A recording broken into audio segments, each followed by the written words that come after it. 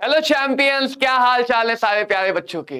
तो बच्चों, आपका स्वागत है infinity learn by Shri Chaitanya में।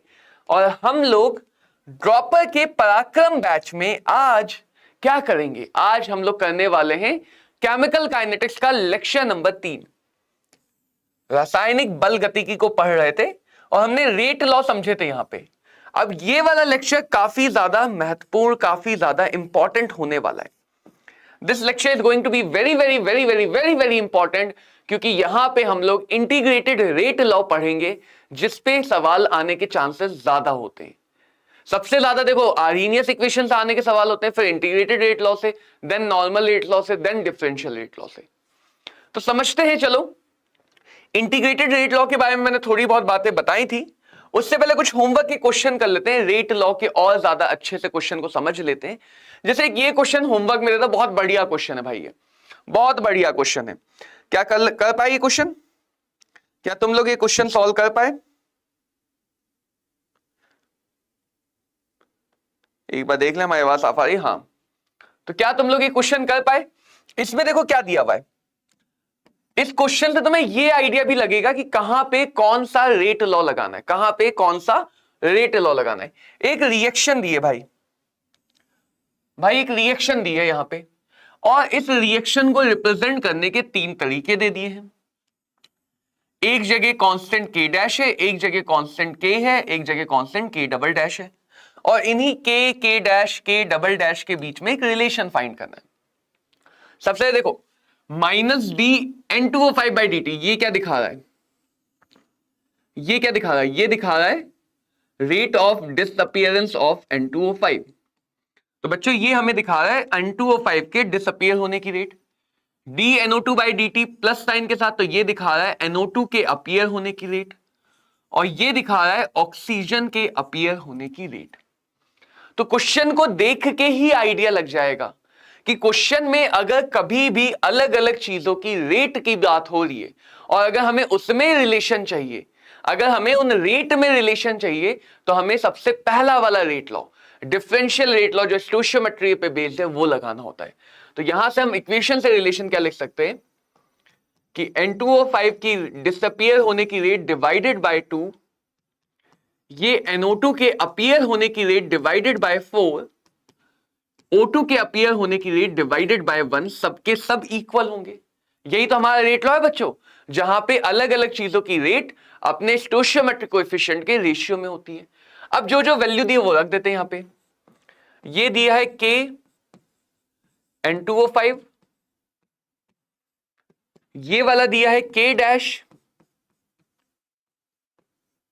N2O5, और ये वाला दिया है K double dash N2O5 divided by 1। देखो क्या क्या कट गया यहां से, N2O5 N2O5 N2O5। जब भी हमें इक्वालिटी का रिलेशन मिलता है, तो जो भी टर्म सेम होते हैं वो हम एक साथ कट कर सकते हैं। हमें रिलेशन चाहिए K डैश और K डबल डैश।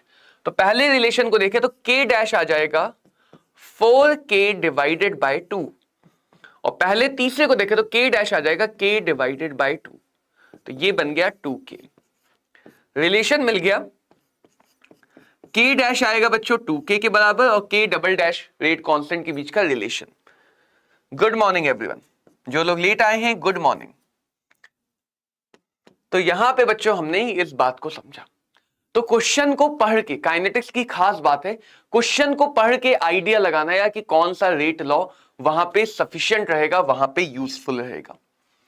ये वाला एक क्वेश्चन दिया था होमवर्क में, कुछ क्वेश्चन दिए थे होमवर्क में, उनको देख लेते हैं।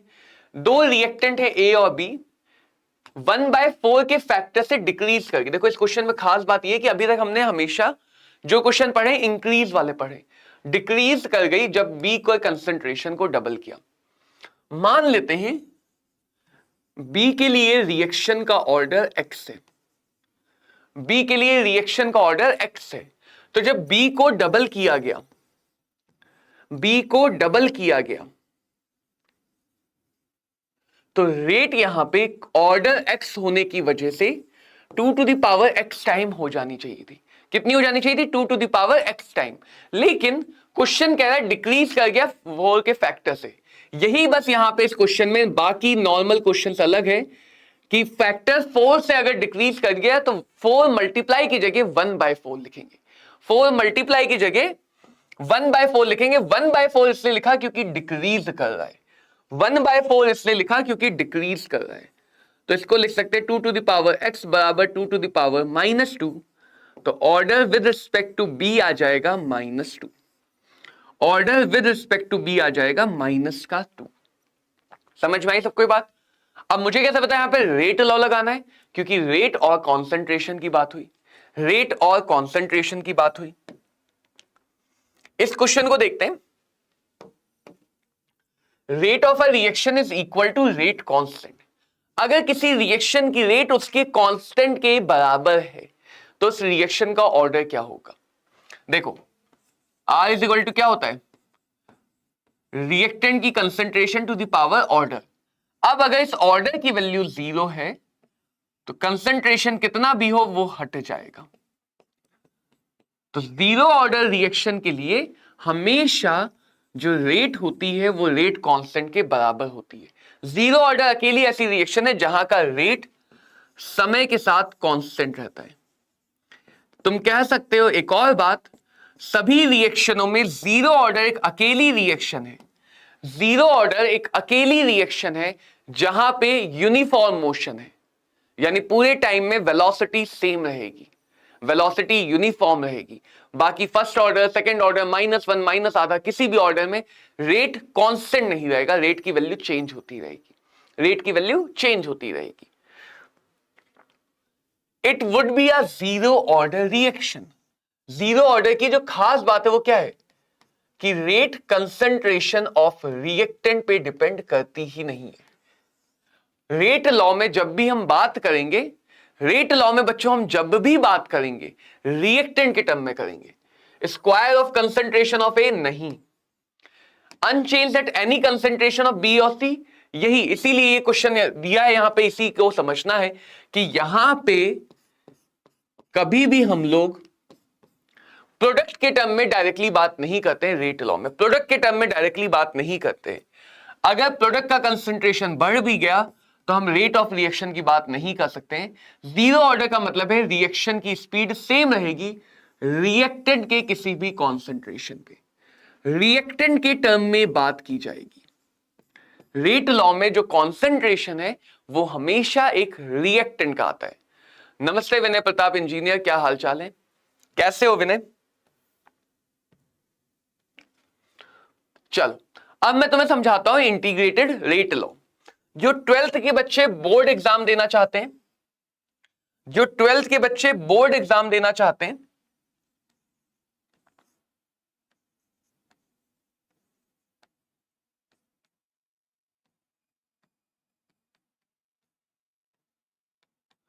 वो थोड़ा बहुत डेरिवेशन को सीख ले, वो थोड़ा बहुत डेरिवेशन को सीख ले। जो ड्रॉपर के बच्चे डॉक्टर बनना चाहते हैं, डेरिवेशन का उनका कोई मतलब नहीं है, डेरिवेशन का कोई मतलब नहीं है। इसीलिए मैंने कहा कि ड्रॉपर के बच्चे के मन में ये बात होती है कि सर केमिकल काइनेटिक्स में बहुत ज्यादा मैथ्स है। नहीं है बच्चों, नहीं है, नहीं है, नहीं है। केमिकल काइनेटिक्स में थोड़े से फॉर्मूले यूज होते हैं, वो भी उन बच्चों के लिए जिनको सब्जेक्टिव एग्जाम लिखना है, जिनको जेई एडवांस का एग्जाम लिखना है, उनको इन फॉर्मूलों की जरूरत पड़ेगी। जेई मेंस में भी इंटीग्रेशन बेस्ड क्वेश्चन नहीं आते हैं, एडवांस में आते हैं, एडवांस में आते हैं। तो नीट के एग्जाम के लिए तुम्हें कभी भी इन फॉर्मूलों की जरूरत नहीं पड़ेगी इस चैप्टर के अंदर। हालांकि इतने बेसिक फॉर्मूले जो तुमने फिजिक्स में पढ़े, इंटीग्रेशन ऑफ 1/x, यानी जब n की वैल्यू -1 होगी उसे ln x कहते हैं, और ln x को लिख सकते हैं, ln का मतलब होता है नेचुरल लॉग, तो ln x को लिख सकते हैं 2.303 log x, 2.303 log x, log a multiplied by b, log a plus log b होता है, log a to the power b, b times log a होता है। ठीक है, log 10 की वैल्यू 1 होती है, ln e की वैल्यू 1 होती है। सिंपल मतलब ln का मतलब है नेचुरल लॉग, ln का मतलब क्या है, नेचुरल लॉग, तो नेचुरल लॉग मतलब बेस यहां पे e है, ln का मतलब बेस यहां पे e है। लॉग नॉर्मल लॉग है, अगर कुछ नहीं लिखा है तो उसका बेस हमेशा 10 होता है। लॉग हमेशा एक बेस पे बताया जाता है। तो लॉग के लिए अगर तुम्हें इन दोनों को समझना तो ऐसे भी समझ सकते हो कि अगर लॉग उसी नंबर का निकाल रहे हो जो बेस है,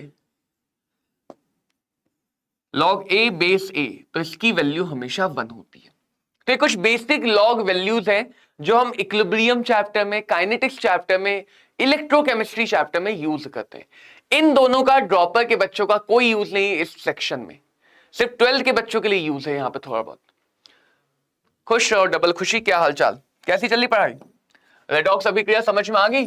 डबल खुशी, देखो मैं बताता हूं इंटीग्रेटेड रेट लॉ होता क्या है और इंटीग्रेटेड रेट लॉ को इंटीग्रेटेड कहते क्यों है। एक रिएक्शन है, मान लो ए से बन रहा है प्रोडक्ट बी, तो इसके लिए मैं लिख सकता हूं rate of reaction, rate of disappearance of A divided by 1, rate of appearance of B divided by 1। ये हो गया हमारा सबसे पहला वाला रेट लॉ, सबसे पहला वाला रेट लॉ जो हमने पढ़ा था। ठीक है बात। दूसरी बात, रेट डिपेंड करेगी rate constant multiplied by concentration to the power n, कोई भी n होगा, कोई भी n होगा, ये भी ठीक है। अब अगर देखें तो ये हमारे दो बहुत पुराने रेट लॉ हैं, बहुत पुराने खिलाड़ी हैं, ठीक है, जो हड़प्पा की खुदाई में निकले थे मोहनजोदाड़ो वाले, ये वो खिलाड़ी हैं। ये भी रेट को एक्सप्रेस कर रहा है, रिएक्शन की गति दिखा रहा है ये भी, और ये भी रिएक्शन की गति दिखा रहा है। तो जब ये दोनों रिएक्शन की गति दिखाए तो दोनों को मिला सकते हैं। इंटीग्रेट करने के दो मतलब हैं, एक तो हम यहां पे एक्चुअल में इंटीग्रेशन करेंगे, और इंटीग्रेट का मतलब ये भी तो जोड़ना, इंटीग्रेशन का मतलब जोड़ना, दो चीजों को जोड़ना। तो अगर हम इन दोनों रेट लॉ को जोड़ दें तो हमें एक नया रिलेशन मिल जाएगा, minus d by d t, ये बराबर होगा k times a to the power n के, k times a to the power n के। अब अगर a to the power n को मैं इधर ले आऊं, इसको थोड़ा सा dx अपॉन x के फॉर्म में लिख लूं, और dt को मैं उधर ले गया, ठीक है। चाहो तो यहां पे एक और फॉर्मूला लिख देता हूं, इंटीग्रेशन ऑफ dx x होता है। अगर यानी यहां पे 1 है, यहां पे सिर्फ 1 है, तो इंटीग्रेशन ऑफ dx x होता है। बहुत बढ़िया डबल खुशी, हमें इस बात में ट्रिपल खुशी हुई, ठीक है। देखो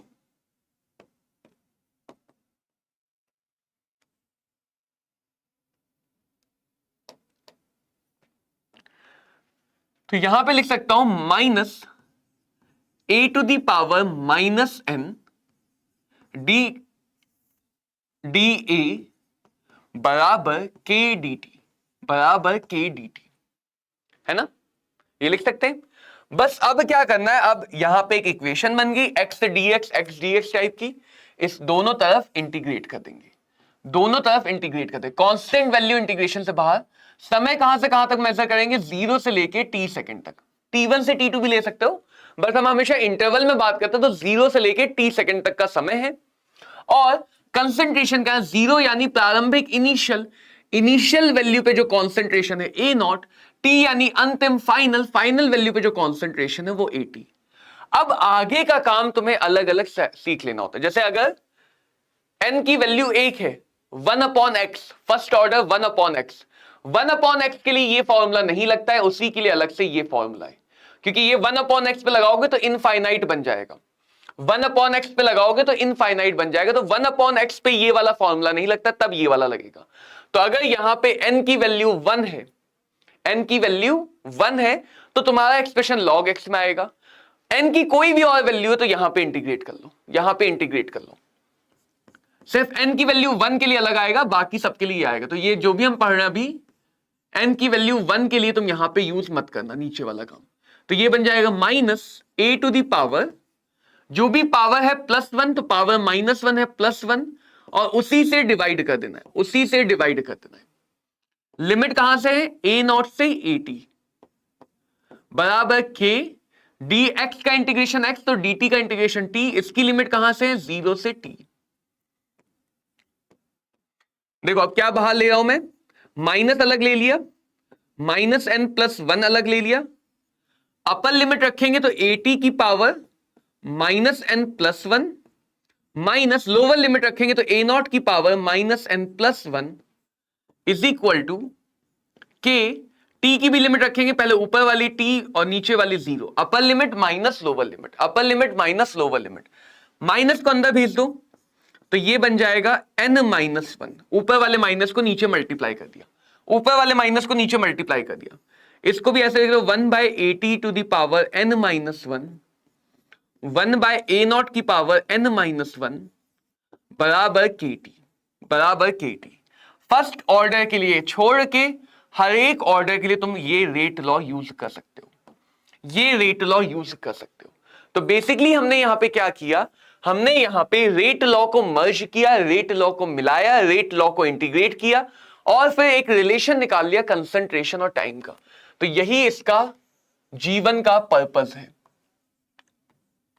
यानी जहां भी क्वेश्चन में कंसंट्रेशन के साथ टाइम की बात हो, समझ जाना वहां पे तुम्हें इंटीग्रेटेड रेट लॉ लगाना है, इंटीग्रेटेड रेट लॉ लगाना है। फर्स्ट ऑर्डर के लिए भी तरीका यही रहेगा, फर्स्ट ऑर्डर के लिए भी तरीका ये रहेगा, बस फर्स्ट ऑर्डर में जो फॉर्मूला है इंटीग्रेशन का वो अलग यूज होगा, जो फॉर्मूला है वो अलग यूज होगा। ये जो भी कहानी है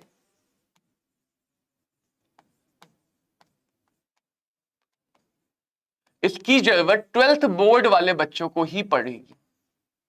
जो बच्चे 12th बोर्ड का एग्जाम देंगे उन्हीं को इसकी जरूरत पड़ सकती है कि किसी एक रेट लॉ का इंटीग्रेट करना पड़ा, फर्स्ट ऑर्डर का एक्सप्रेशन निकालना पड़ा, सेकंड ऑर्डर का डेरिवेशन करने के लिए अगर क्वेश्चन आता है तो जरूरत पड़ेगी, वरना जरूरत इसकी ड्रॉपर के बच्चे को बिल्कुल नहीं है, ड्रॉपर के बच्चे को बिल्कुल नहीं है।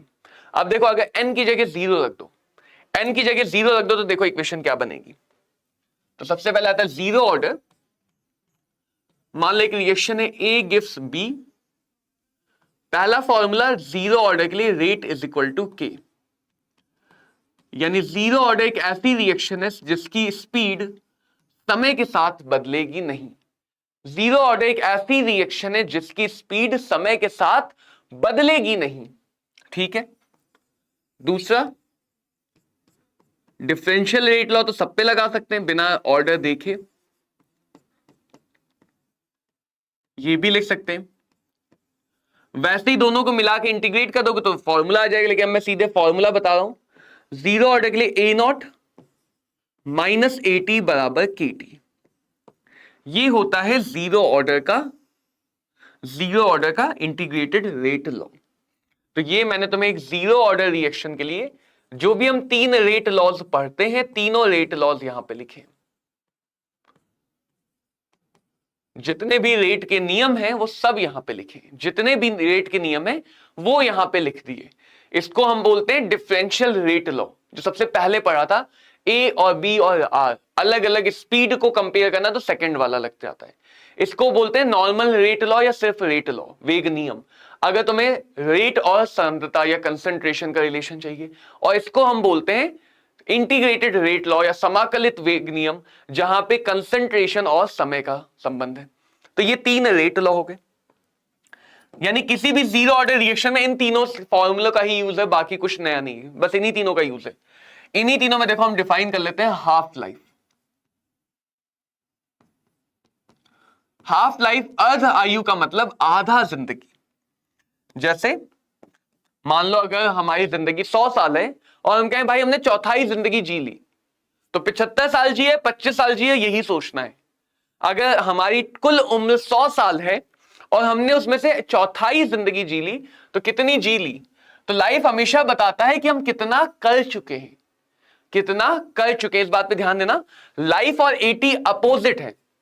80 हमेशा दिखाता है कितना बचा है, 80 हमेशा दिखाता है कितना बचा है, और लाइफ हमेशा दिखाता है हम कितना जी चुके हैं। जैसे मान लो मैं कहूं कि मैं चौथाई जिंदगी जी चुका हूं, तो इसका मतलब 25 साल जिए जा चुके हैं और 75 साल बचे हैं। कितने बचे हैं? 75 साल। तो जिंदगी दिखाता है कि कितना खत्म हो चुका है और 80 दिखाता है कि कितना बचा है। तो हाफ लाइफ का मतलब वो समय जिसमें कोई रिएक्शन बिल्कुल आधी समाप्त हो जाएगी, 50% कंप्लीशन।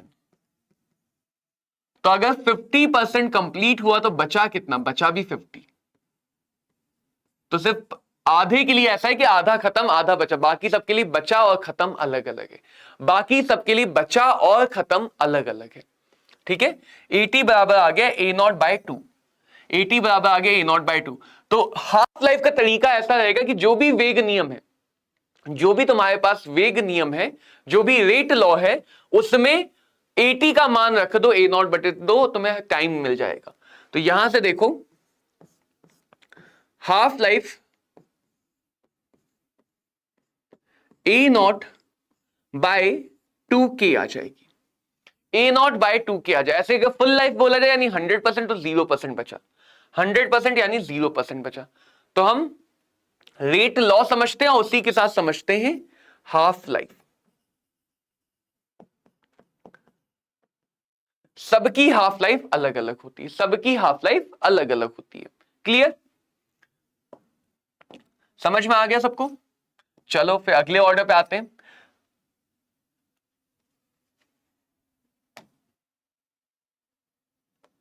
फर्स्ट ऑर्डर की अगर बात करूं तो मान लो एक रिएक्शन है ए से बी। तो फर्स्ट ऑर्डर के लिए सबसे पहला वाला रेट लॉ डिफरेंशियल वाला -dA/dt। कॉफिशिएंट हम 1 मान रहे हैं। अगर मान लो कल को कॉफिशिएंट 1 ना हो तो जो यहां पे कॉफिशिएंट है वो यहां पे डिवाइड में आता है डिफरेंशियल वाले में। फिर normal rate law first order के लिए क्या हो जाएगा? k times of a। First order के लिए पावर a आ गई। तो जो नॉर्मल रेट लॉ है वो बदलता रहेगा हर ऑर्डर के लिए, डिफरेंशियल वाला कभी नहीं बदलेगा। और जब इन सबको इंटीग्रेट करेंगे तो फर्स्ट ऑर्डर के लिए आएगा 2.303 log A0 डिवाइडेड बाय 80 बराबर KT। अब कैसे आएगा वो मैंने यहां पे सिखाया बोर्ड वाले बच्चों को, कैसे आएगा। 1/x dx बनेगा, 1/x dx बनेगा, और उसके लिए ln x को तुम लिख सकते हो 2.3 log x। ln का मतलब नेचुरल लॉग। फिर अगर हाफ लाइफ निकालें यहीं पे, ये तो हो गए तीनों हमारे रेट लॉस। क्या हो गए? तीनों के तीनों रेट लॉस। फर्स्ट ऑर्डर के लिए differential rate law, normal rate law और इंटीग्रेटेड रेट लॉ। तो लॉज याद रखने पड़ेंगे। सबसे ज्यादा जरूरी भी फर्स्ट ऑर्डर का है। हाफ लाइफ अगर निकालें तो हाफ लाइफ आ जाएगी 2.303 log 2 डिवाइडेड बाय k। यही हल करके log 2 वाला ऊपर वाला मान रख के 0.693 डिवाइडेड बाय k आता है। 0.693 डिवाइडेड बाय k। और फर्स्ट ऑर्डर रिएक्शन सबसे ज्यादा इंपॉर्टेंट है। कुछ नॉन एग्जाम्पल भी है फर्स्ट ऑर्डर के, जैसे यूजुअली अगर रेडियो एक्टिव प्रोसेस है, जो न्यूक्लियर केमिस्ट्री न्यूक्लियर फिजिक्स में आता है, तो रेडियो एक्टिविटी भी हमेशा फर्स्ट ऑर्डर को फॉलो करता है। रेडियो एक्टिविटी के लिए तुम एक लॉ पढ़ते हो, -dN/dt बराबर लैम्डा n। लैम्डा को बोलते हैं डिके कांस्टेंट।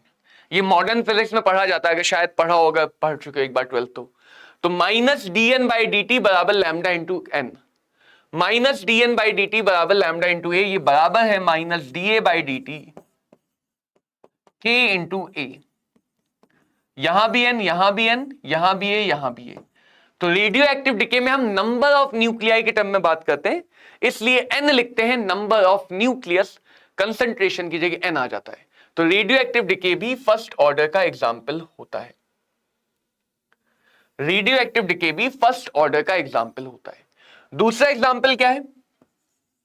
ज्यादातर थर्मल डिकम्पोजिशन। ज्यादातर thermal decomposition first order reaction को फॉलो करते हैं। फॉर सबसे कॉमन एग्जाम्पल H2O2 का थर्मल डिकम्पोजिशन।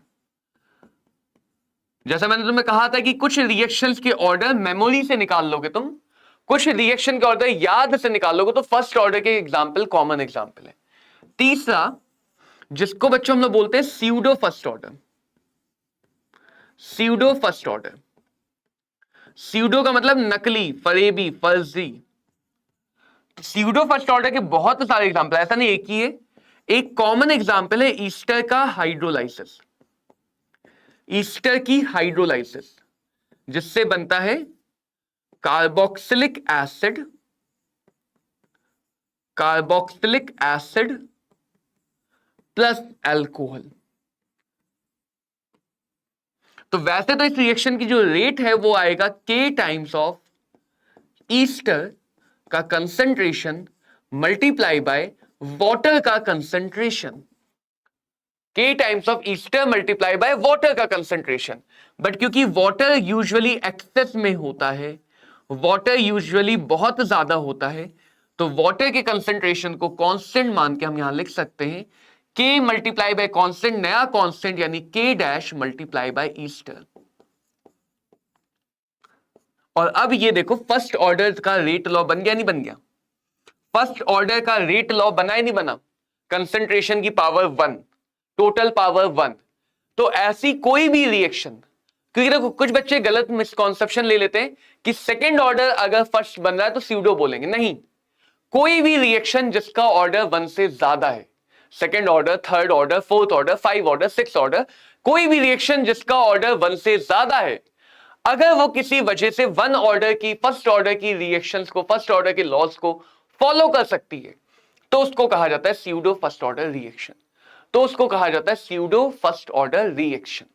तो स्यूडो का मतलब जो फर्स्ट ऑर्डर नहीं है, यानी किसी भी ऑर्डर की है, फर्स्ट ऑर्डर नहीं है लेकिन फर्स्ट ऑर्डर के रेट लॉ को फॉलो करती है। फर्स्ट ऑर्डर नहीं है लेकिन फर्स्ट ऑर्डर के रेट लॉ को फॉलो करती है। नाउ फर्स्ट ऑर्डर की ब्यूटी क्या है?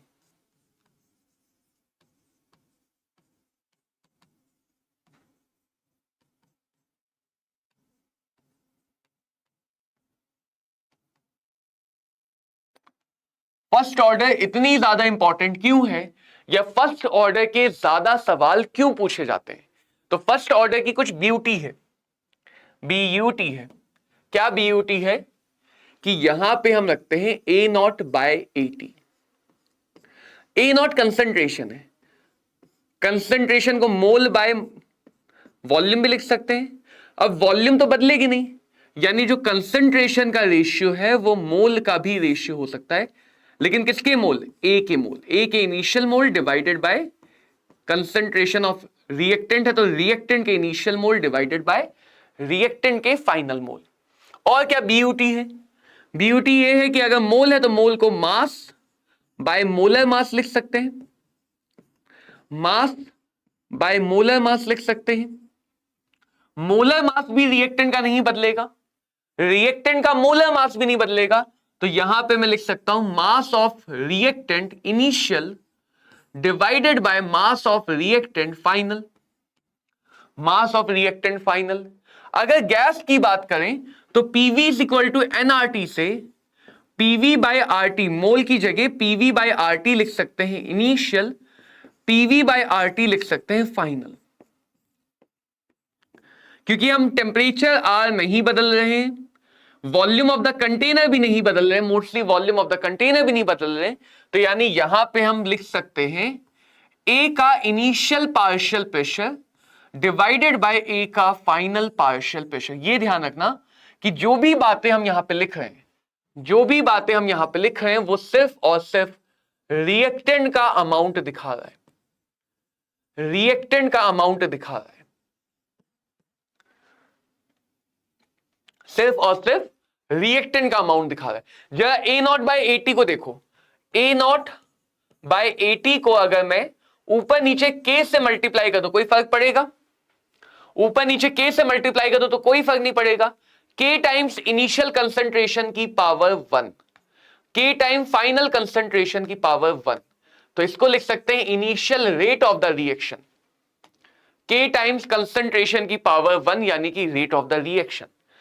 सो इनिशियल कंसंट्रेशन है तो इनिशियल रेट, फाइनल कंसंट्रेशन है तो फाइनल रेट, यानी इसी एक्सप्रेशन को मैं लिख सकता हूं initial rate of the reaction divided by final rate of the reaction. Initial rate of the reaction divided by final rate of the reaction. तो फर्स्ट ऑर्डर में तुमसे सिर्फ कंसंट्रेशन के लॉ की बात नहीं होती। कभी वो ग्राम देके ग्राम पूछेंगे, कभी वो प्रेशर देके प्रेशर पूछेंगे, और खासकर प्रेशर वाले बच्चा गलती करता है, क्योंकि पूछा यहां पे जाएगा पार्शियल प्रेशर, दिया जाएगा क्वेश्चन में टोटल प्रेशर। तो ये गलती क्वेश्चन में बच्चा करता है प्रेशर में। ध्यान रखना यहां पे जो भी बातें हैं सिर्फ रिएक्टेंट के लिए है। तो प्रेशर के टर्म में, मास के टर्म में, मोल के टर्म में, कंसंट्रेशन के टर्म में, रेट ऑफ द रिएक्शन के टर्म में, इन हर एक टर्म में ये वाला रेट लॉ एप्लीकेबल है। ए नॉट बाय एटी की जगह तुम मोल लिख सकते हो, मोल का रेशियो, मास का रेशियो, पार्शियल प्रेशर का रेशियो, रिएक्शन की रेट का रेशियो सब लिख सकते हो। यानी जैसे कंसंट्रेशन वेरी करेगा, जैसे जैसे कंसंट्रेशन चेंज होगा, वैसे वैसे ही रिएक्शन की रेट चेंज होगी, वैसे वैसे ही मोल चेंज होंगे, वैसे ही मास चेंज होगा, और वैसे ही पार्शियल प्रेशर रिएक्टेंट का चेंज होगा। तो सबके लिए वेरिएशन एक जैसा आता है, सबके लिए वेरिएशन एक जैसा आता है। अब nth ऑर्डर के लिए हमने पहले ही निकाल लिया है 1/n-1 1 by 80 to the power n-1 1 by a naught की पावर n-1 बराबर KT। KT तो सब में आता है, बस इधर वाला टर्म बदलता है। हाँ, खुशी उसे पार्शियल प्रेशर में बदलना पड़ेगा, उसे आंशिक दाब में बदलना पड़ेगा। वैसा भी एक क्वेश्चन दिखा रहा हूं कि कैसे बदलेंगे। टोटल प्रेशर में नीट में 3 या 4 बार लगातार, मतलब एक साल आया, अगले साल आया, उसके अगले साल आया, एक ही जैसा प्रेशर का क्वेश्चन आया हुआ है।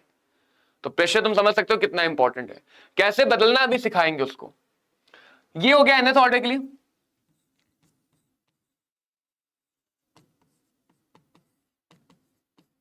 बट ध्यान क्या रखना है, nth ऑर्डर का expression n is equal to 1 पे वैलिड नहीं है।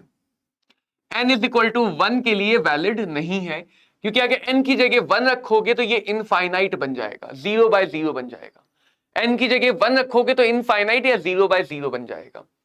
हाफ लाइफ निकालते हैं, तो इसकी हाफ लाइफ जो भी आएगी, मैं तुम्हें सीधे सीधे रिजल्ट बता रहा हूं। हाफ लाइफ आती है proportional a to the power n-1 के। ये जो प्रोपोर्शनैलिटी है, ये फर्स्ट ऑर्डर पे अलग से चेक की गई, तो ये सबके लिए वैलिड है। और इसी को हम कहते हैं ऑर्डर निकालने का हाफ लाइफ मेथड। इसी को हम बच्चों कहते हैं ऑर्डर निकालने का हाफ लाइफ मेथड। कि अगर तुम्हें कंसंट्रेशन और हाफ लाइफ के बारे में कोई रिलेशन दिया है, अगर तुम्हें कंसंट्रेशन और हाफ लाइफ के बारे में कोई रिलेशन दिया है, तो तुम क्या लिख सकते हो, half life T1 bye T2 बराबर A2 बाय A1 की पावर n-1। तो T1 T2 A1 A2 तुम्हें दिए होंगे, तो तुम ऑर्डर यानी कि n निकाल पाओगे, ऑर्डर ऑफ रिएक्शन यानी कि n निकाल पाओगे। यहां पे T1 T2 क्या है, हाफ लाइफ। यहां पे T1 T2 क्या है, हाफ लाइफ। क्लियर है सबको, समझ में आया? चलो पहले एक छोटा सा बेसिक सा क्वेश्चन करते हैं, एक छोटा सा बेसिक सा क्वेश्चन करते हैं, फिर समझेंगे। छोटा सा बेसिक सा क्वेश्चन करते हैं, फिर समझेंगे। When initial concentration of the reactant is doubled, half life period of zero order reaction. सबसे पहले ध्यान देंगे, सबसे पहले ये ध्यान देंगे, क्या ध्यान देंगे कि कौन सा रेट लॉ हमें अप्लाई करना है। ये सबसे इंपॉर्टेंट है कि कौन सा रेट लॉ अप्लाई करना है। तो सोचो, क्या यहां पे समय की बात हुई है? हाफ लाइफ पीरियड भी तो एक समय है, समय की बात हुई है, टाइम की बात हुई है। क्या यहां पे कंसंट्रेशन की बात हुई है? यस, कंसंट्रेशन टाइम का रिलेशन कौन देता है? Integrated rate law. यानी इंटीग्रेटेड रेट लॉ या हाफ लाइफ का फॉर्मूला यूज होगा। तो क्वेश्चन पढ़ के पता चलता है कौन सा रेट लॉ यूज होगा। ये मैं बार बार हर लेक्चर में रिपीट कर रहा हूं ताकि तुम्हारे दिमाग में अच्छे से घुस जाए। रेट कंसंट्रेशन की बात हो तो रेट लॉ, रेट की बात हो तो डिफरेंशियल रेट लॉ, कंसंट्रेशन का समय के साथ बात हो तो इंटीग्रेटेड रेट लॉ। तो इसके दो तरीके, जीरो ऑर्डर क्योंकि नोन है, जीरो ऑर्डर का हमें पता है, हाफ लाइफ होती है ए नॉट बाय 2k। तो अगर ए नॉट को हमने क्या किया, डबल कर दिया, तो ए नॉट डायरेक्टली चेंज करेगा, तो उस रिएक्शन की हाफ लाइफ भी अब दुगनी हो जाएगी,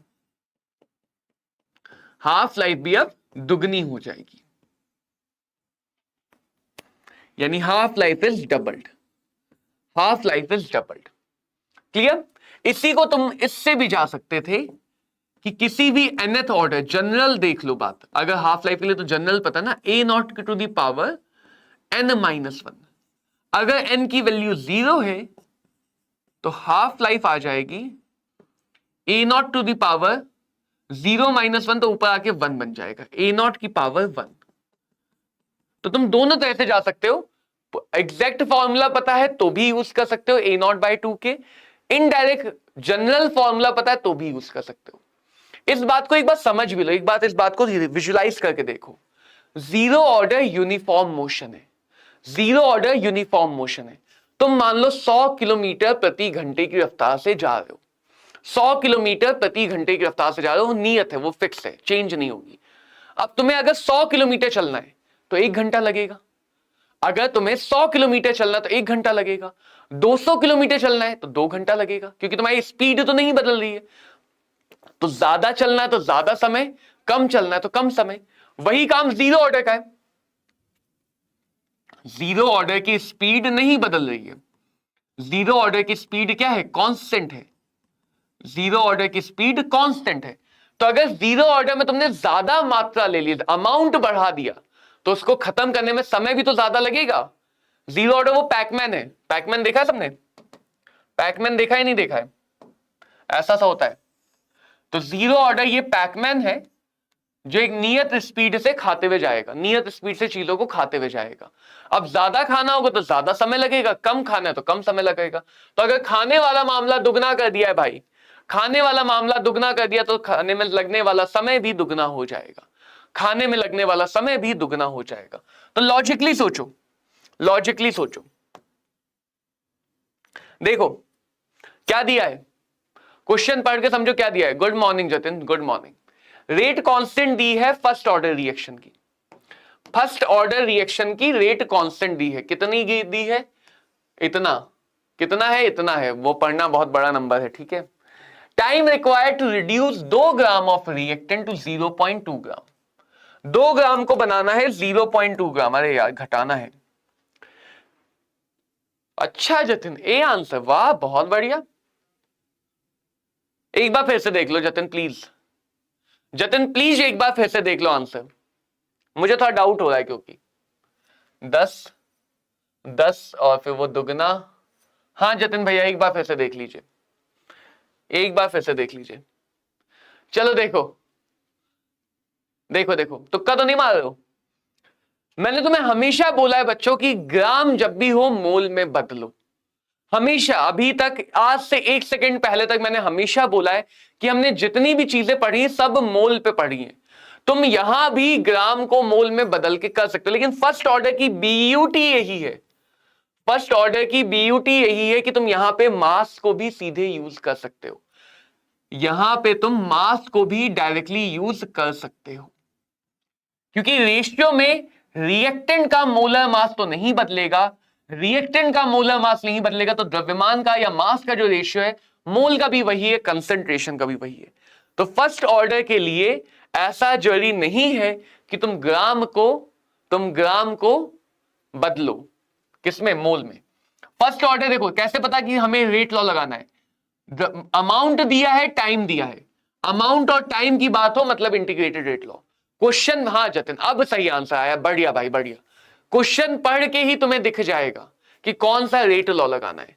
तो फर्स्ट ऑर्डर के लिए क्या होता है, 2.303 लॉग रिएक्टेंट का initial amount divided by reactant का फाइनल अमाउंट, क्योंकि इस बार द्रव्यमान की बात है तो मैंने द्रव्यमान रख लिया, केटी मास रख लिया।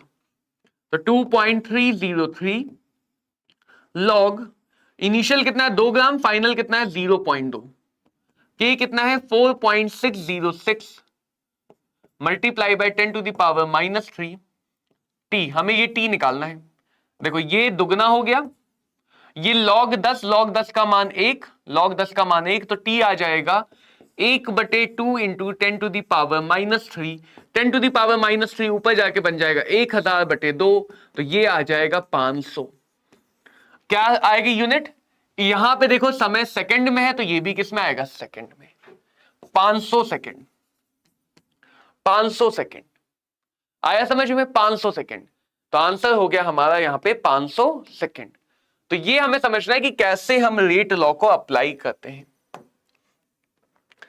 ऐसे क्वेश्चन में तुम्हें फर्स्ट ऑर्डर में बहुत दिखा करते थे, जहां परसेंट में बात हो। अगर रेट कांस्टेंट के है, 99% लाइफ कितनी होगी? 99% लाइफ कितनी होगी? मैंने हर बार बोला लाइफ मतलब कितना खत्म हुआ, लाइफ मतलब कितना खत्म हुआ। तो देखो, जब भी परसेंट में बात हो, इनिशियल को 100 मान लो। जब भी परसेंट में बात हो, इनिशियल को 100 मान लो। 100 में से 99 खत्म हो गया, तो बचा कितना? 80 हमेशा बचा हुआ रखेंगे, KT। तो यहां पे T आ जाएगा 2.303 log 100 बन जाएगा 10 की पावर 2, तो ये बन जाएगा 2 log 10। 2 log 10 divided by K। log 10 हो जाएगा 1, 4.606 डिवाइडेड बाय K। नीट यहां पे क्वेश्चन में ज्यादा डिफिकल्ट कैलकुलेशन नहीं पूछता इस चैप्टर में। इस चैप्टर में ज्यादा डिफिकल्ट कैलकुलेशन नहीं पूछता है। एक और बात पे ध्यान दीजिए, क्या बात है वो? कैसे पता यही वाला रेट लॉ लगाना है? हर क्वेश्चन में इस बात पे फोकस करो कि कैसे पता चला कि ये वाला रेट फॉर्मूला लगना है। टाइम, टाइम, अमाउंट, टाइम और अमाउंट दो चीजों की बात हो, इंटीग्रेटेड रेट लॉ। टाइम और अमाउंट दो चीजों की बात हो, इंटीग्रेटेड रेट लॉ। चलो फटाफट इस क्वेश्चन को ट्राई करते हैं, फिर तुम्हें मैं प्रेशर भी समझाता हूं। फटाफट इस क्वेश्चन को ट्राई करते हैं। एक फर्स्ट ऑर्डर रिएक्शन है जिसका हमें बच्चों रेट कांस्टेंट दिया है, बी आंसर, ये शायद सही है। एक फर्स्ट ऑर्डर रिएक्शन है जिसका हमें रेट कांस्टेंट दिया है। कितना टाइम लगेगा 40 ग्राम को 10 ग्राम होने में? कितना टाइम लगेगा 40 ग्राम को 10 ग्राम होने में? यह आ जाएगा 301। देख लो जतिन एक बार, जतिन एक बार फिर से देख लो भाई, प्लीज प्लीज जतिन एक बार फिर से देख लो आंसर। थोड़ा सा डाउट आ जाता है क्वेश्चन पढ़ते पढ़ते कि तुम्हारा आंसर सही है या नहीं है। मल्लिकार्जुन भी कह रहे हैं कि बी होगा। चलो 2 लोग बी कह रहे हैं, अब देखते हैं। अगर 2 लोग बी कह रहे हैं तो आंसर हम भी चेक कर लेते हैं। रेट कांस्टेंट दिया है, टाइम की बात हो रही है, टाइम निकालना है। वैसा ही क्वेश्चन है 2 ग्राम 0.2 वाला, तो यहां कर लेते हैं 2.303 लॉग इनिशियल है 40, फाइनल 10। कई बार बच्चे ये उल्टा कर देते तो उनका आंसर माइनस में आ जाता है, इसलिए ये गलती ना दोहराएं प्लीज। कई बार बच्चे उल्टा कर देते तो उनका आंसर माइनस में आ जाता, तो ऐसी गलती ना दोहराएं। के का मान है 2.303, 10 to the power -3 multiply by t. ये और ये कटा, ये हमेशा कटेगा कैलकुलेशन को आसान करने के लिए। टी आ गया 1/10 टू दी पावर -3, ये बन गया log 4। log 4 को लिख सकते हैं 2 इंटू log 2। log 4 को लिख सकते हैं 2 log 2, 2 की पावर 2, 2 बाहर आ जाएगा। अच्छा okay, very good Jatin, very good. तो इसका आ जाएगा 2 इंटू 0.301 या सिर्फ 0.3 लिख लो इंटू 1000, तो ये आ गया 600, लगभग 600 सेकेंड, लगभग 600 सेकेंड। 602 क्यों आया? क्योंकि मैंने log 2 को 0.3 लिखा है जबकि इसकी वैल्यू 0.301 होती है। 0.3 लिखा है जबकि इसकी वैल्यू 0.301 होती है। तो ये आ गया हमारा आंसर। तो इंटीग्रेटेड रेट लॉ को कैसे करना है ये हमने ये समझा है अभी तक। इंटीग्रेटेड रेट लॉ को कैसे हल करना है ये अभी तक हमने समझा है। चलो अगला क्वेश्चन देखते हैं।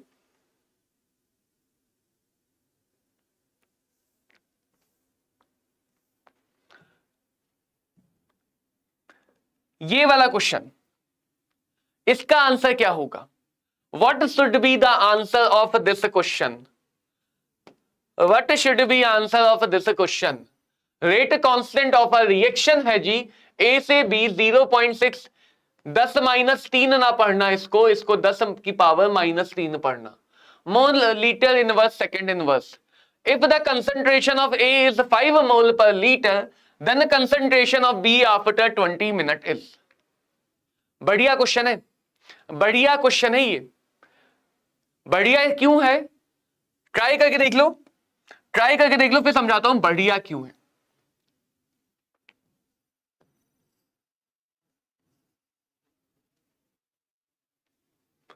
कर पाए?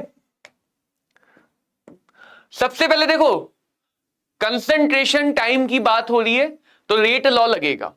कंसंट्रेशन और टाइम की बात हो रही है तो रेट लॉ लगेगा ही लगेगा। कंसंट्रेशन और टाइम की बात हो रही है तो रेट लॉ लगेगा ही लगेगा। और रेट लॉ के लिए हमें पता होना चाहिए कि ऑर्डर क्या है, हमें पता होना चाहिए ऑर्डर क्या है। तो ऑर्डर नहीं दिया है लेकिन रेट कांस्टेंट की यूनिट दी है, वो बता देगा रिएक्शन का ऑर्डर। रेट कांस्टेंट की यूनिट से पता चल जाएगा कि ये यूनिट जीरो ऑर्डर रिएक्शन में आती है। तो ऑर्डर कभी कभी क्वेश्चन बोलता नहीं है, निकालना पड़ता है। दूसरी खास बात, ये पहली खास बात थी इस क्वेश्चन की। दूसरी खास बात क्या है कि हम हमेशा रिएक्टेंट की बात कर रहे हैं, यहां पे प्रोडक्ट का पूछा है। प्रोडक्ट का, कभी भी तुम्हें प्रोडक्ट का कंसंट्रेशन चाहिए तो स्टोइचियोमेट्री लगाओ। कैसे? T बराबर 0 पे ये कितना है A नॉट, ये कितना है 0। T बराबर T पे मान लेते हैं A नॉट में से कितना खत्म हुआ X, तो बना कितना X। तो स्टोइचियोमेट्री लगाते हैं यहां पे जब भी हमें प्रोडक्ट की बात हो। रेशियो 1:1 का, तो 1 खत्म होगा तो 1 बनेगा, X खत्म होगा तो X बनेगा। मान ले पे 2 यहां पे 1 होता तो उसके अकॉर्डिंग सोचा जाता। अब A नॉट माइनस X जितना बचा यही तो कहलाता है AT, और जितना ये है यही तो कहलाएगा प्रोडक्ट का कंसंट्रेशन टाइम T पे। तो हमसे ये पूछा गया है, हमसे भैया BT पूछा गया। क्या पूछा गया? BT। तो चलो जीरो ऑर्डर के लिए हमें ये तो रिलेशन पता है, A नॉट माइनस AT बराबर KT, A not minus A not minus X बराबर KT। तो जरा एक बात का ध्यान दो कि A नॉट भैया कट रहे हैं। इस क्वेश्चन में ये 5 मोलर ना भी दिया होता ना तो भी हम क्वेश्चन को सॉल्व कर सकते थे, क्योंकि ये कट रहा है। जब तुम X को जानना चाहते हो तो तुम्हें A नॉट पता होना जरूरी नहीं है, कट जाएगा। बट फिर भी अगर दिया है तो चाहो तो रख लो। तो X बराबर आ गया K कितना है 0.6 इंटू 10 टू द पावर -3। समय कितना है 20 मिनट, 20 इंटू 60, 20 इंटू 60। तो ये आ जाएगा 6 छक्का 36, 36 दूनी 72, 720 इंटू 10 टू द पावर -3। या प्रोडक्ट का कंसंट्रेशन आएगा 0.72 मोल्स पर लीटर। ये XC बन जाएगा प्रोडक्ट का कंसंट्रेशन। तो ये इस क्वेश्चन की एक बढ़िया बात थी। बहुत बढ़िया जतिन, बहुत बढ़िया, बहुत बढ़िया। 0.72 moles per litre, 0.72 moles per litre.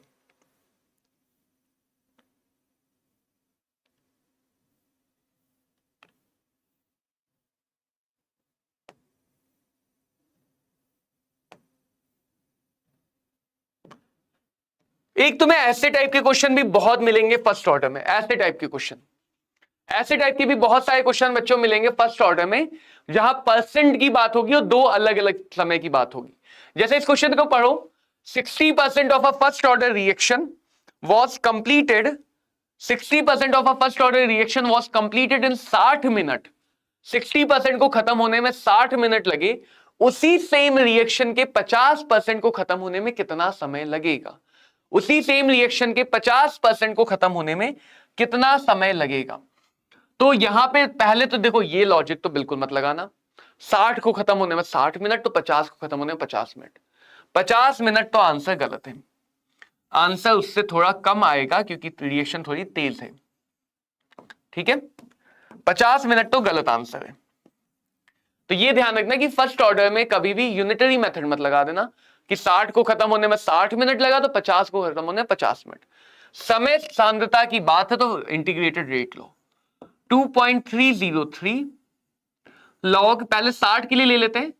अगर 100 था, 60 खत्म हो गया तो बचा कितना 40, बचा कितना 40। ये हो गया 60% के लिए इंटीग्रेटेड रेट लो। ऐसे 50 के लिए दोबारा लगा लेते हैं। तो ऐसे क्वेश्चन जहां पे दो अलग अलग समय की बात हो वहां पे रेट लॉ 2 बार लगा लो और डिवाइड कर लो, तुम्हारी सारी मुश्किलों का अंत हो जाएगा। 50 के लिए अगर 100 था, 50 खत्म हुआ, 50 बचा। गुड, वेरी गुड जतन। अब इन दोनों को कर लो डिवाइड, इन दोनों को कर लो डिवाइड। बहुत बढ़िया आंसर निकाल रहा है जतिन, बहुत तेजी से आंसर निकाल रहा है। ये वाला समय दिया है 60% का, कितना दिया, 60 मिनट। ये आ जाएगा 5/2 log 5 minus log 2 divided by log 2। ये दिया है 60 मिनट, ये हमें जानना है। तो जब तुम इसको सॉल्व करोगे, log के मान रखोगे, तो इसकी वैल्यू आ जाएगी 45 मिनट। कितनी आ जाएगी, 45 मिनट। तो 50 से थोड़ा कम समय लगेगा। log 2 का मान चाहो तो याद कर लो, 0.301।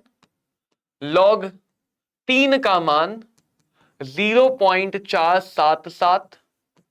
log 4 का मान, 4 का याद नहीं रखना है, 4 मतलब 2 की पावर 2, तो इसका दुगना आएगा 0.602। log 5 का मान, जितने भी प्राइम नंबर है सिर्फ उन्हीं का मान याद रखना है, जितने भी प्राइम नंबर है सिर्फ उन्हीं का मान याद रखना, 0.69। log 6, log 6 को लिख सकते हो 2 गुणे 3, तो 2 + 3, ये दोनों जुड़ जाएंगे, तो 7 1 8, 7 0 7, 4 3 7, 0.778। log 7 का मान 0.85। log 8 का मान, 8 मतलब 2 की पावर 3, 2 की पावर 3 यानी पॉइंट, इसका 3 गुना हो जाएगा 0.903। log 9 का मान, log 9 का मान, 9 यानी 3 का स्क्वायर, 9 यानी 3 का स्क्वायर, तो इसका स्क्वायर यानी इसका दुगना हो जाएगा 7 2 14, 7 2 14 + 1 15, 4 दूनी 8 और 1 9, 0.954। log 10, log 10 को ऐसे भी देख सकते हो, log 10 यानी 2 गुणे 5, 2 और 5 को जोड़ दो, 2 और 5 को जोड़ दो, या फिर सीधे सीधे याद है log 10 भैया 1 होता है, log 10 भैया 1 होता है। तो ये log मान में जो प्राइम नंबर्स हैं, जो अविभाज्य संख्याएं हैं, उनके log के मान याद रखने हैं, उनके log के मान याद रखने हैं, बाकी हम निकालते हैं। और इतने ही पता होने चाहिए log के मान, ये log के मान पता होने चाहिए। ठीक है, यहीं से तुम्हें फर्स्ट ऑर्डर के लिए 2-4 बातें और समझाते हैं। पहली बात,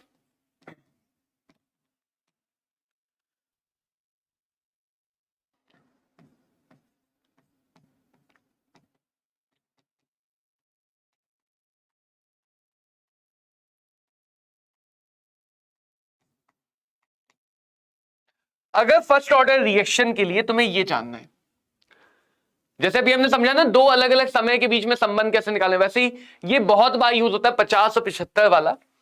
तो चलो पहले 75 के लिए लिख लेते हैं,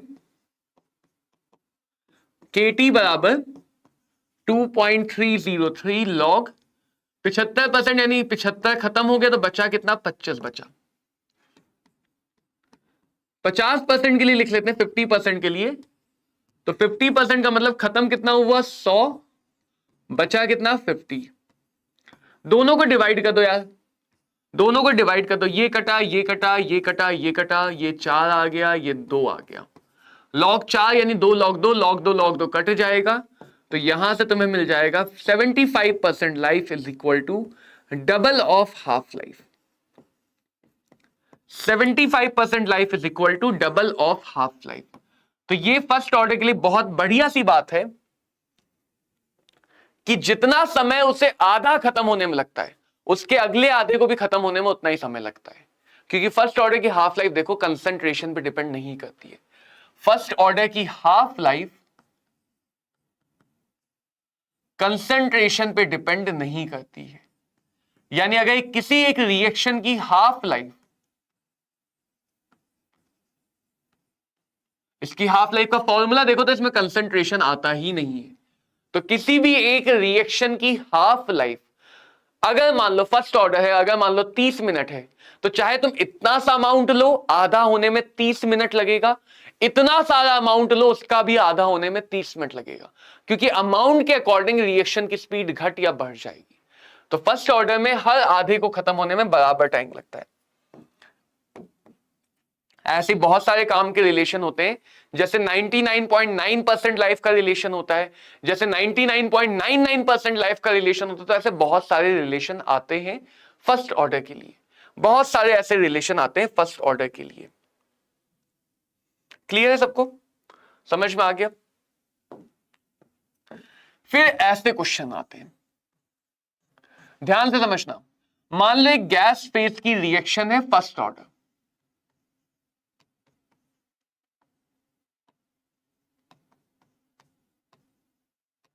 एक गैस फेज की फर्स्ट ऑर्डर रिएक्शन है, ठीक है? एक गैस फेज की बच्चों फर्स्ट ऑर्डर रिएक्शन है, और ऐसा दिया जाए कि जो इनिशियल है, initially pressure was P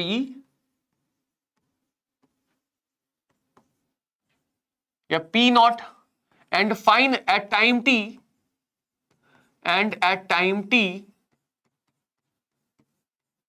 it was PT, it was PT। हमें K का एक्सप्रेशन चाहिए, हमें K का एक्सप्रेशन चाहिए।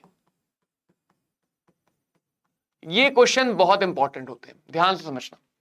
हमें K का एक्सप्रेशन चाहिए। सबसे पहले ये बात समझो कि जो भी प्रेशर बोला गया, जो भी प्रेशर बोला गया बच्चों, वो प्रेशर है हमारा इनिशियल प्रेशर, वो प्रेशर है मतलब इनिशियल और टोटल।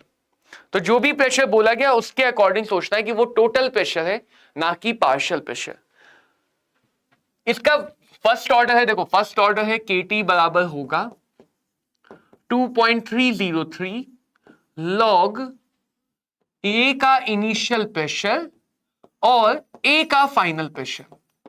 बस ये समझ लो, यहां पे ये गलती मत कर देना कि तुमने प्रेशर में A की जगह टोटल रख दिया, ये गलती नहीं करना। यहां पे PT नहीं रख सकते हो, यहां पे PT नहीं रख सकते हो, क्योंकि PT क्या है? टोटल है। PT कौन सा प्रेशर है? टोटल। तो यहां पे टोटल प्रेशर नहीं रख सकते, यहां पे हमें A का पार्शियल प्रेशर। इसीलिए क्वेश्चन खास हो जाते हैं। देखना इसमें कहां कहां गलती करते हैं। सबसे पहले हमने रिएक्शन ली, रिएक्शन क्या? A से बना 2B + C। जो इनिशियल है, इनिशियल तो सिर्फ A रहा होगा, इनिशियल तो हमारे पास सिर्फ A रहा होगा, प्रोडक्ट तो रहे नहीं होंगे। तो इनिशियल तो हम कह सकते हैं कि जो टोटल प्रेशर है, इनिशियल जो टोटल प्रेशर है वो A का प्रेशर है, यानी P नॉट 0 0। चलो ये बात तो सही है, ये बात तो सही है। अब समय T के बाद, T टाइम के बाद अगर यहां से X खत्म हुआ तो यहां से 2X बना, यहां से X बना। ध्यान देना, यहां से अगर X खत्म हुआ तो देखो 1 से 2 और 1, तो अगर 1 खत्म हुआ तो 2 बनेगा, 1 बनेगा। X खत्म होगा तो 2X बनेगा, X बनेगा। और इन तीनों का समीशन क्वेश्चन में जो दिया गया है वो दिया गया है P not - X + 2X + X, इसका मान दिया गया है PT, इसका मान दिया गया है PT। हमें जो अपना एक्सप्रेशन चाहिए वो P नॉट और PT के टर्म में चाहिए, तो X फालतू का है, X को हटाएंगे, जो हमने माना है उसको हटाएंगे।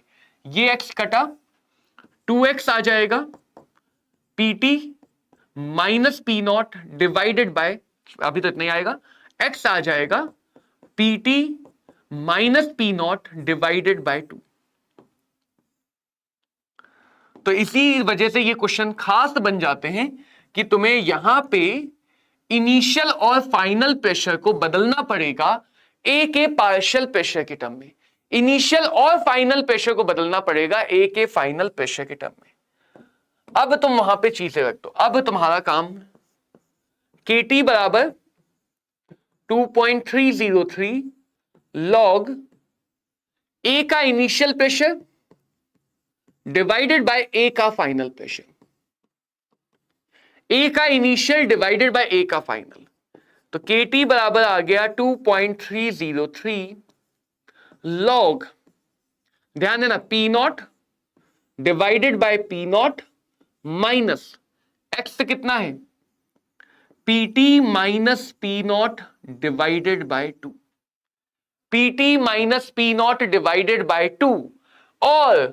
और क्या ध्यान दोगे, ये माइनस X के आगे है, तो ये माइनस और माइनस मिलके भी प्लस होंगे। बच्चे ये गलत करते हैं, बहुत बच्चे ये गलत करते हैं। पहली बार जो भी ये क्वेश्चन करता है वो सारे बच्चे 99% बोलूंगा 100% बच्चे गलती कर देते हैं। जो भी इस क्वेश्चन को पहली बार सॉल्व कर रहे हैं 100% बच्चे ये गलती करते हैं। log p not divided by, वो क्या लिखते हैं 2p0 माइनस पीटी, नहीं 2p0 minus P not, p0 minus PT, ये लिख देते हैं, ये लिख के आते हैं। इसको सॉल्व करके ये लिख के आते हैं जो गलत है, इसको सॉल्व करके ये लिख के आते हैं जो गलत है। क्यों गलत है? क्योंकि ये माइनस और ये माइनस मिलके प्लस हो जाएगा। ये जो माइनस है, क्योंकि वो लिखते ऐसे ही, वो ये ब्रैकेट नहीं लगाते हैं, इसको मैं अलग कलर से लगाता हूं, ये ब्रैकेट नहीं लगाते हैं क्योंकि जरूरत भी नहीं होती है, और माइनस माइनस प्लस करना भूल जाते हैं, तो ये गलत है।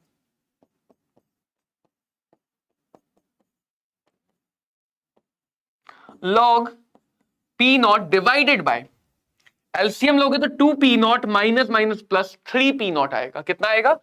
3p0 minus PT. अच्छा ऊपर 2 तो लगाते हैं बच्चे, ऊपर 2, ये जो नीचे वाला 2 है ये ऊपर चला गया तो ऊपर 2 आ गया, तो ये फाइनल एक्सप्रेशन है। ऐसे तुम्हें 4 ऑप्शन दिए होंगे, उन 4 में एक ऑप्शन ये भी दिया होगा और यहीं पे गलती हो जाएगी। तो ये क्वेश्चन इसीलिए खास है, इसमें 2 ऐसी जगह हैं जहां बच्चों के गलत करने के बहुत ज्यादा चांसेस है, और वो ऐसा ऑप्शन देते हैं तुम्हें।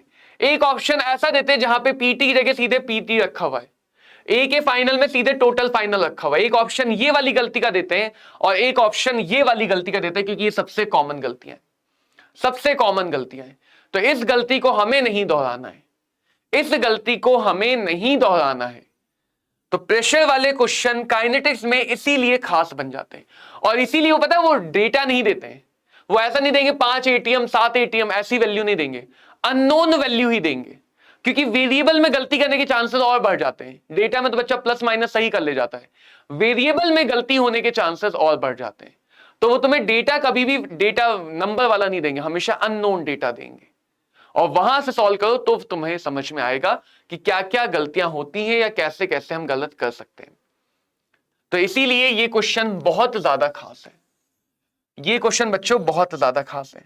अब ऐसे ही कुछ क्वेश्चन है रेट लॉ पे बेस्ड जो तुम्हारे लिए होमवर्क रहेंगे, जो तुम्हारे लिए होमवर्क रहेंगे, उन क्वेश्चंस को बच्चों पूरा करो, ठीक है।